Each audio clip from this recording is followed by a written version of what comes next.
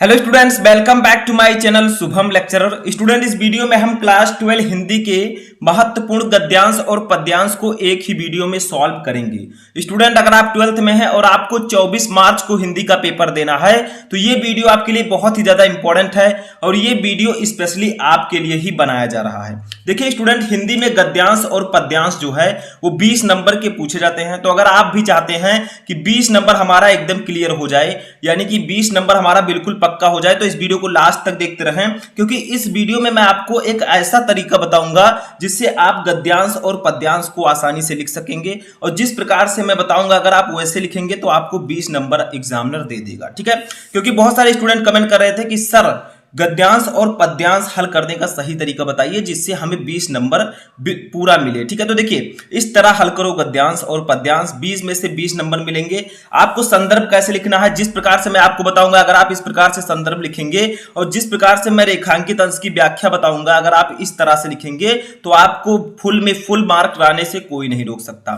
तो board exam देने से पहले आपको यह वीडियो लास्ट तक देखना है, क्योंकि 2022 बोर्ड एग्जाम में आपको हिंदी में 95 प्लस मार्क लेकर आना है, यानी कि 100 में से आपका 95 प्लस मार्क होना चाहिए। बस आप लोग इस वीडियो को ज्यादा से ज्यादा लाइक करें, चैनल पर नए तो चैनल को सब्सक्राइब कर लें ताकि सभी इंपॉर्टेंट वीडियो आपको टाइम से मिलते रहे। ठीक है, सभी सब्जेक्ट का मैं आपको यहाँ पर क्वेश्चंस बताऊंगा। तो देखिए यहाँ पर मैंने एक गद्यांश लिया है, सबसे पहले उसको पढ़ते हैं। ठीक है, जिस प्रकार से गद्यांश दिया रहेगा, तो देखिए ये गद्यांश है, ऐसे लिखा रहेगा कि दिए गए गद्यांश के नीचे जो प्रश्न है इनका उत्तर दीजिए। ठीक है, जैसे ये गद्यांश दिया गया है, इसके नीचे 5 प्रश्न है। अगर आप पांचों को आंसर दे देते हैं तो आपको 10 नंबर यहां पर एग्जामिनर दे देगा, लेकिन सही तरीका आपको पता होना चाहिए। जैसे देखिए गद्यांश पहले हम पढ़ते हैं। देखिए, मगर उदास होना भी बेकार है, अशोक आज भी उसी मौज में है जिसमें आज से 2000 वर्ष पहले था। कहीं भी तो कुछ नहीं बिगड़ा है, कुछ भी तो नहीं बदला है। बदली है मनुष्य की मनोवृत्ति, यदि बदले बिना वह आगे बढ़ सकती तो शायद यह भी नहीं बदलती, और यदि वह ना बदलती और व्यावसायिक संघर्ष आरंभ हो जाता, मशीन का रथ घर घर चल पड़ता, विज्ञान का सावेग धावन चल निकलता तो बड़ा बुरा होता। ठीक है, अब ये आपका दिया गया है एक गद्यांश। तो सबसे पहले आपको क्या लिखना है, सबसे पहला क्वेश्चन होगा उपयुक्त गद्यांश के पाठ और लेखक का नाम लिखिए। ठीक है, यानी कि जो ये गद्यांश दिया गया है ये किस पाठ का है, इसके लेखक कौन है, ये आपको बताना है। ठीक है, तो ये अशोक के फूल पाठ का है और इसके लेखक हैं हजारी प्रसाद द्विवेदी जी। तो यहां पर आपका 2 नंबर क्लियर हो जाएगा। अभी मैं आपको बताऊंगा, यहां पर आपको संदर्भ लिखना है। ठीक है, अभी मैं लिखवाऊंगा, सेम उसी प्रकार से आपको बोर्ड एग्जाम में लिखना है। दूसरा है रेखांकित अंश की व्याख्या कीजिए, यानी कि देखिए जिन वर्ड के नीचे रेखाएं हैं इतने का आपको व्याख्या करना है। ठीक है, समझ में आया, यहां से लेकर यदि बदले बिना वह आगे बढ़ सकती, यहां से लेकर बड़ा बुरा होता, यहां तक करना है। ठीक है, तीसरा है मनोवृत्ति और धावन शब्दों का आशय लिखिए, यानी कि इसमें मनोवृत्ति शब्द आया है। ठीक है, और धावन शब्द यहां पर आया है, इसका अर्थ बताना है। चौथा है अशोक आज भी उसी मौज में क्यों है, और पांचवा है लेखक के अनुसार किसमें परिवर्तन हुआ है। ठीक है, इन सब क्वेश्चन का आंसर जो 4th 5th है इसका आंसर आपको गद्यांश में ही मिल जाएगा। तो चलिए एक एक को सॉल्व करते हैं। तो ये तो हुआ क्वेश्चन, आपके बोर्ड एग्जाम में ऐसे क्वेश्चन आएगा। अब इसका आंसर कैसे लिखें, तो चलिए फर्स्ट क्वेश्चन का आंसर लिखते हैं, उपयुक्त गद्यांश के पाठ और लेखक का नाम लिखिए। तो इसको सॉल्व करने से पहले आपको ये ध्यान देना है, देखिए ये जो गद्यांश है मगर उदास, इसको आपको लेना है डॉट डॉट करके, ये बड़ा बुरा होता। ठीक है, इसको लिख देना है। तो यहां पर हम लिखेंगे मगर, ठीक है, मगर उदास, ये हमने लिखा। अब डॉट डॉट कर देंगे। ठीक है, ऐसा हम क्यों कर रहे हैं, क्योंकि आपको पता है कि 2 गद्यांश आपको दिए जाएंगे, आपको एक ही सॉल्व करना है ताकि एग्जामिनर को पता चल जाए कि आपको कौन सा सॉल्व करना है। ठीक है, तो बड़ा बुरा होता, ठीक है, होता, आपको काट पीट बिल्कुल नहीं करना है। ठीक है, तो बड़ा बुरा होता। अब देखिए सबसे पहले क्वेश्चन का हम आंसर लिखेंगे संदर्भ के रूप में। तो यहां पर हम हेडिंग डालेंगे संदर्भ।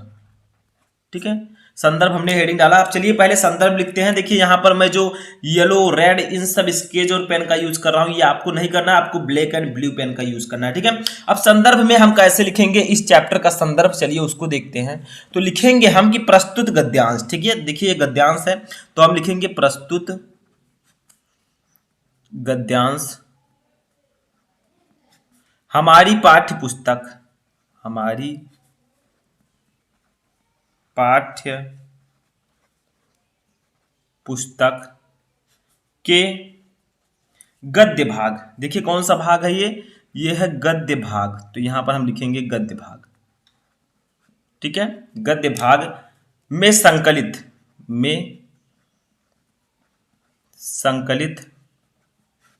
तथा हिंदी के सुविख्यात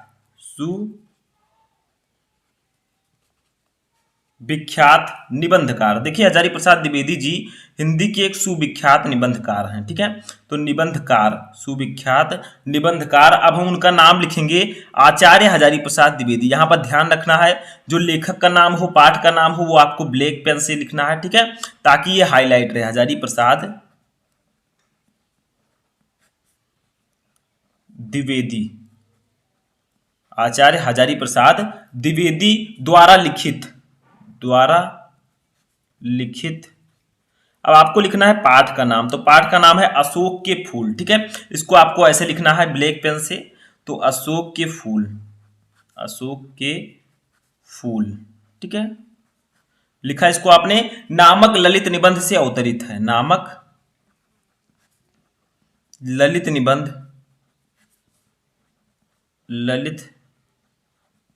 निबंध से अवतरित है, ठीक है। तो ऐसे ही आपको लिखना है संदर्भ में आपके पाठ का नाम और लेखक का नाम आना चाहिए। तो मैंने लिखा प्रस्तुत गद्यांश हमारी पाठ्य पुस्तक के गद्य भाग। देखिए ये गद्य भाग है, ठीक है, में संकलित तथा हिंदी के सुविख्यात निबंधकार आचार्य हजारी प्रसाद द्विवेदी द्वारा लिखित अशोक के फूल नामक ललित निबंध से अवतरित है, ठीक है। तो इस प्रकार से आपको संदर्भ लिखना है। अगर आप लोग इस प्रकार से संदर्भ लिखते हैं तो आपका यहाँ पर 2 नंबर एकदम पक्का हो जाएगा। दूसरा है रेखांकित अंश की व्याख्या कीजिए, यानी कि आपको इतने की व्याख्या करना है अपनी भाषा में। यदि बदले बिना वह आगे बढ़ सकती तो शायद यह भी नहीं बदलती, और यदि वह न बदलती और व्यावसायिक संघर्ष आरंभ हो जाता, मशीन का रथ घर घर चल पड़ता, विज्ञान का सावेग धावन चल निकलता तो बड़ा बुरा होता, ठीक है। अब इसका हमें अर्थ लिखना है। तो रेखांकित अंश की व्याख्या आपको ऐसे हेडिंग डालना है, ठीक है, और लिखना है। जो मैंने लिखा है उसको आपको लिखना है। थोड़ा सा बड़ा है, ध्यान से आपको समझना है। ऐसा नहीं कि 4 लाइन में दिया गया तो आप 4 ही लाइन में लिखें, थोड़ा सा बढ़ा चढ़ाकर भी आपको लिखना है, ठीक है। देखिए लेखक के अनुसार अशोक का वृक्ष बिना उदास हुए भी पूर्व की भांति मस्त एवं प्रसन्नचित है। उसकी प्रवृत्ति रूप स्वरूप में कोई परिवर्तन नहीं हुआ है। इसके विपरीत मनुष्य की सोच या मनोवृत्तियों में आमूल चूल परिवर्तन हो गया है। यदि इस परिवर्तन के बिना उसका काम चल सकता तो उसकी मनोवृत्ति में भी कभी भी परिवर्तन नहीं होता। वह आज भी सदियों पुराने आदिमानव के समान ही होता, ठीक है। तो ऐसे ही आपको रेखांकित अंश की व्याख्या लिखनी है। कोई जरूरी नहीं आप सेम यही लिखें, चेंज करके भी आप लिख सकते हैं, लेकिन आपके गद्यांश से मिलता जुलता होना चाहिए, ठीक है।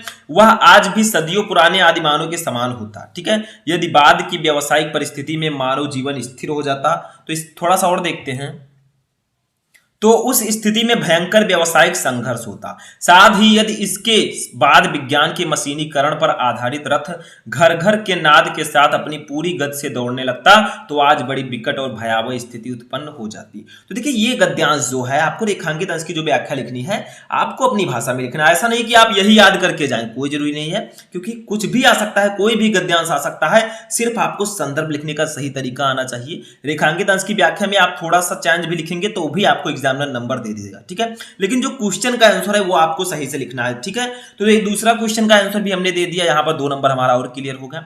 अब तीसरे का आंसर देते हैं, मनोवृत्ति और धावन शब्दों का आशय लिखिए। देखिए क्वेश्चन का आंसर आपको सही सही देना है, ठीक है। तो मनोवृत्ति और धावन शब्द का अर्थ क्या होगा, तो देखिए यहां पर मैंने लिखा है, देखिए मनोवृत्ति का अर्थ व्यक्ति के सोचने का तरीका, ठीक है, और उसकी सोच में परिवर्तन से है। यानी कि जो मनोवृत्ति का मीनिंग है, उसका जो अर्थ है वो व्यक्ति के सोचने का तरीका और उसके सोच में परिवर्तन से है, ठीक है। ये मनोवृत्ति का अर्थ है। धावन का अर्थ क्या है, धावन का आशय दौड़ने अथवा तीव्र गति से प्रगति की प्रक्रिया है। यानी कि दौड़ने या तीव्र गति से, तेजी से दौड़ने की प्रक्रिया है, ठीक है।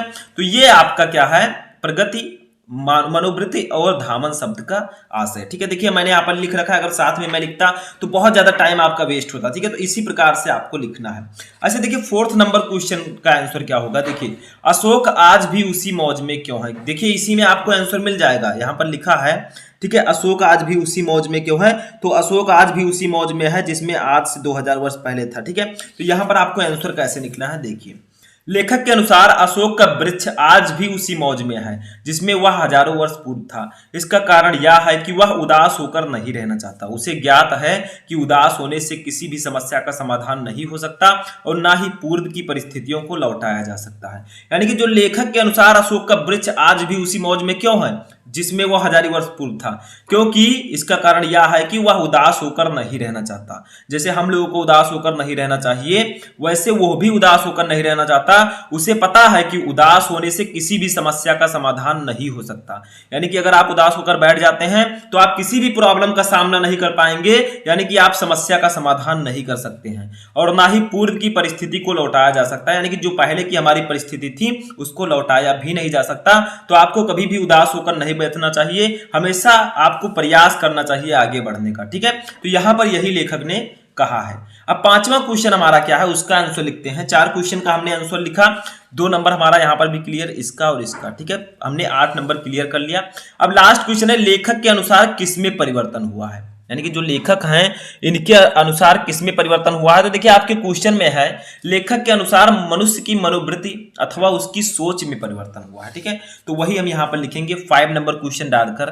देखिए कोई जरूरी नहीं है कि इतना बड़े बड़े आप आंसर लिखें, थोड़ा सा छोटा भी आपसे पूछा जा सकता है, कोई दूसरा गद्यांश भी पूछा जा सकता है। ठीक है, तो हम यहाँ पर लिखेंगे इसका आंसर लेखक के अनुसार मनुष्य की मनोवृत्ति। ठीक है, मनुष्य की मनोवृत्ति, ठीक है, मनुष्य की मनोवृत्ति अथवा उसकी सोच में परिवर्तन हुआ है, उसकी सोच में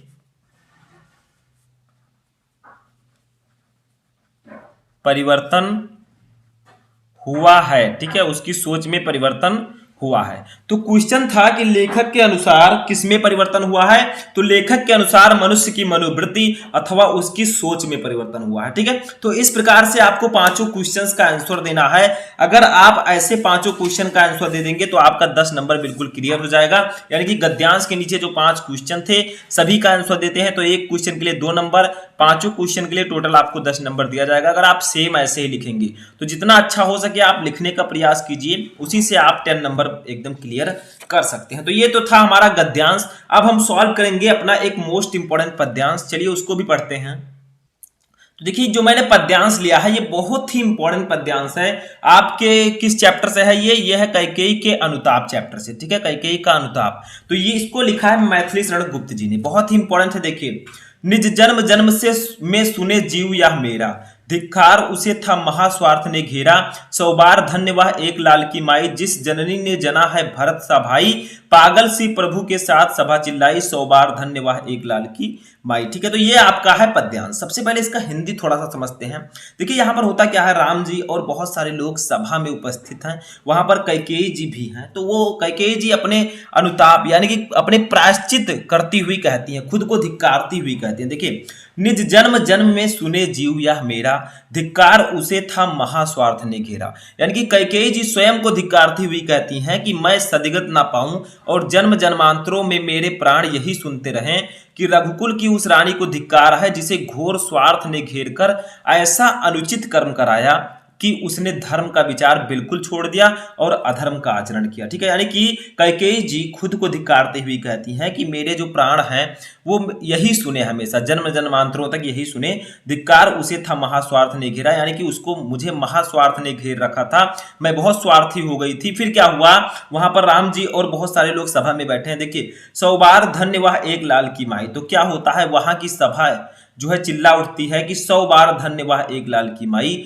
जिस जननी ने है जना भरत सा भाई। तब वहां की जो सभा है वो चिल्लाती हुई कहती हैं कि जिस माता ने भरत जैसे पुत्र को जन्म दिया वह धन्य है। ठीक है, वो 100 बार धन्य है।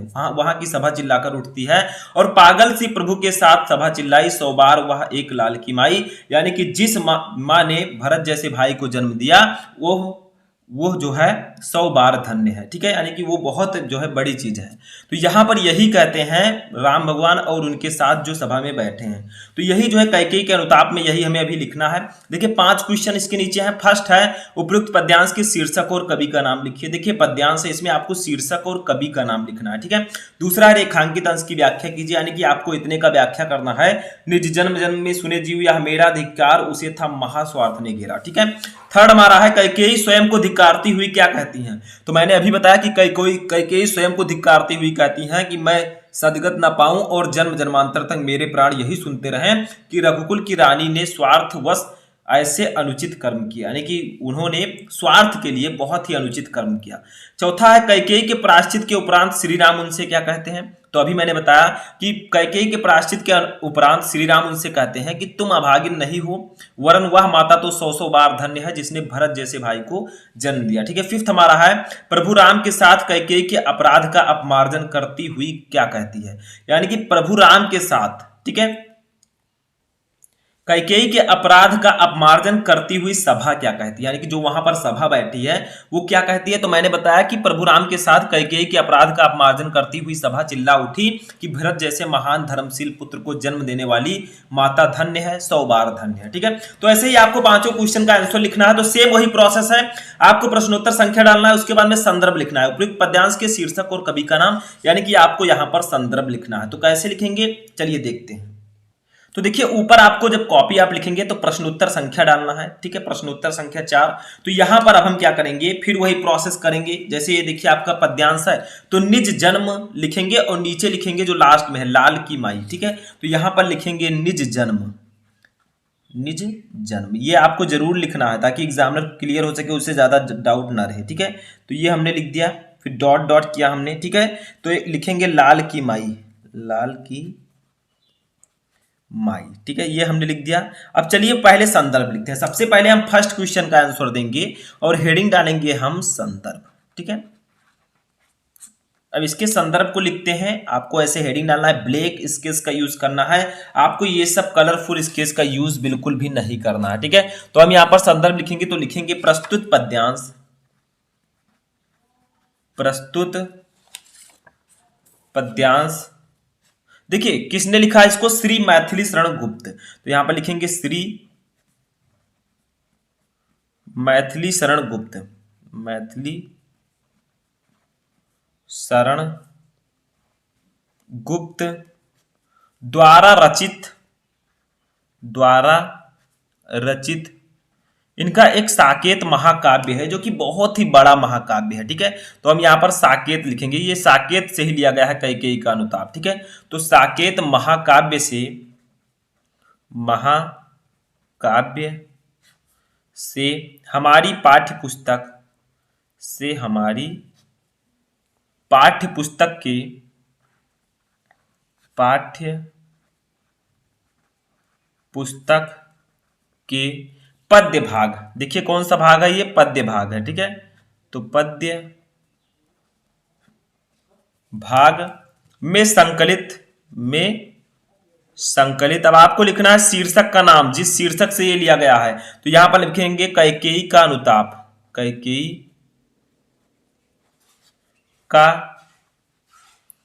अनुताप। ठीक है, अनुताप ये आपका शीर्षक का नाम है, यानी कि पाठ का नाम। शीर्षक, शीर्षक काव्यांश से अवतरित है, काव्यांश से अवतरित है, अवतरित है। ठीक है, तो लगभग ऐसे ही संदर्भ आपको सभी में लिखना है, बस आपको कवि का नाम और पाठ का नाम बदल देना है। तो देखिए संदर्भ में क्या लिखेंगे, प्रस्तुत पद्यांश श्री मैथिली शरण गुप्त द्वारा रचित साकेत महाकाव्य से हमारी पाठ्य पुस्तक के पद्य भाग में संकलित कैकेयी का अनुताप शीर्षक काव्यांश से अवतरित है। ठीक है, यानी कि जो साकेत है ये मैथिली शरण गुप्त जी का एक बहुत बड़ा महाकाव्य है, बहुत ही फेमस महाकाव्य है। और उसी साकेत महाकाव्य का एक छोटा सा अंश है, एक छोटा सा शीर्षक है कैकेयी का अनुताप, तो वो हमारे हिंदी में चैप्टर है। ठीक है, तो इसी प्रकार से आपको संदर्भ लिखना है। अगर आप सेम ऐसे ही लिखेंगे तो आपका यहाँ पर 2 नंबर क्लियर हो जाएगा। ठीक है, अब देखिए दूसरा क्वेश्चन है रेखांकित अंश की व्याख्या कीजिए, यानी कि यहाँ पर जो है निज जन्म जन्म में सुने जीव यह मेरा धिक्कार, उसे था महास्वार्थ ने घेरा। ठीक है,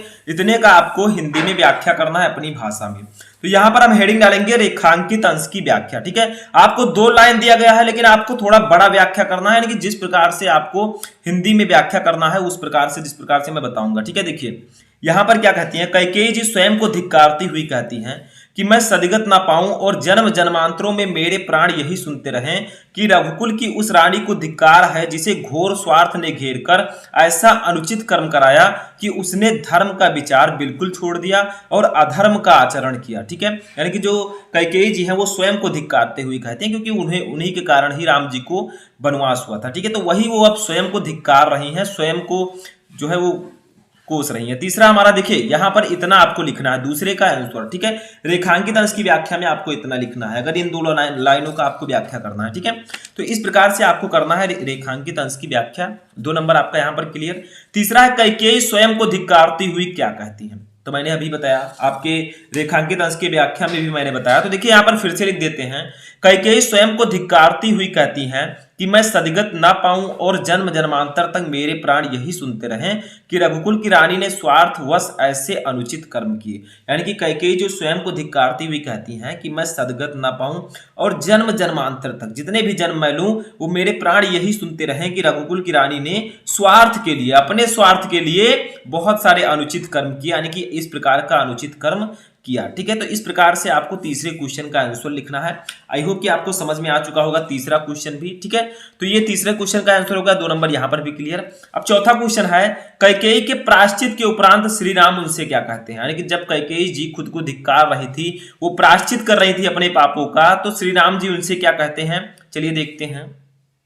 तो देखिए 4th क्वेश्चन का आंसर होगा कि कैकेयी के प्रायश्चित के उपरांत श्री राम उनसे कहते हैं कि तुम अभागिन नहीं हो, क्योंकि वह माता तो 100 बार धन्य है जिसने भरत जैसे भाई को जन्म दिया। क्योंकि जो भरत थे वो कैकेयी के जो पुत्र थे। ठीक है, तो भरत जो है बहुत अच्छे थे, तो इसीलिए कह रहे हैं श्री राम जी कि तुम अभागिन नहीं हो, वरन वह माता तो 100 बार धन्य है जिसने भरत जैसे भाई को जन्म दिया।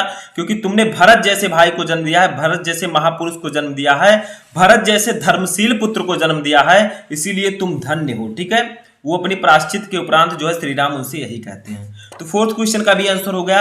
अब 5th क्वेश्चन का आंसर हम देखते हैं, यहां पर 2 नंबर आपका और क्लियर। 5th है कि प्रभु राम के साथ कैकेयी के अपराध का अपमार्जन करती हुई सभा क्या कहती है। ठीक है, यानी कि जब प्रभु राम के साथ कैकेयी के अपराध का अपमार्जन करती हुई जो वहां की सभा है, जो इकट्ठा है, वो क्या कहती है कैकेयी के बारे में। तो देखिए यहां पर भी आंसर लिखते हैं। 5th कोई आंसर होगा, प्रभु राम के साथ कैकेयी के अपराध का अपमार्जन करती हुई सभा चिल्ला उठी कि भरत जैसे महान धर्मशील पुत्र को जन्म देने वाली माता धन्य है। ठीक है, सैकड़ों बार धन्य है, क्योंकि तुमने भरत जैसे पुत्र को जन्म दिया है। ठीक है, भरत जैसे धर्मशील और ईमानदार पुत्र को जन्म दिया है। तो इसीलिए वहां पर जो बैठी थी सभा, जो बैठी थी, वो कैकेयी के अपराध का अपमार्जन करते हुए यही कहती है। ठीक है, कि वो माता धन्य है, 100 बार धन्य है जिसने भरत जैसे पुत्र को जन्म दिया। ठीक है, तो इस प्रकार से आपको 5 क्वेश्चन का आंसर लिखना है।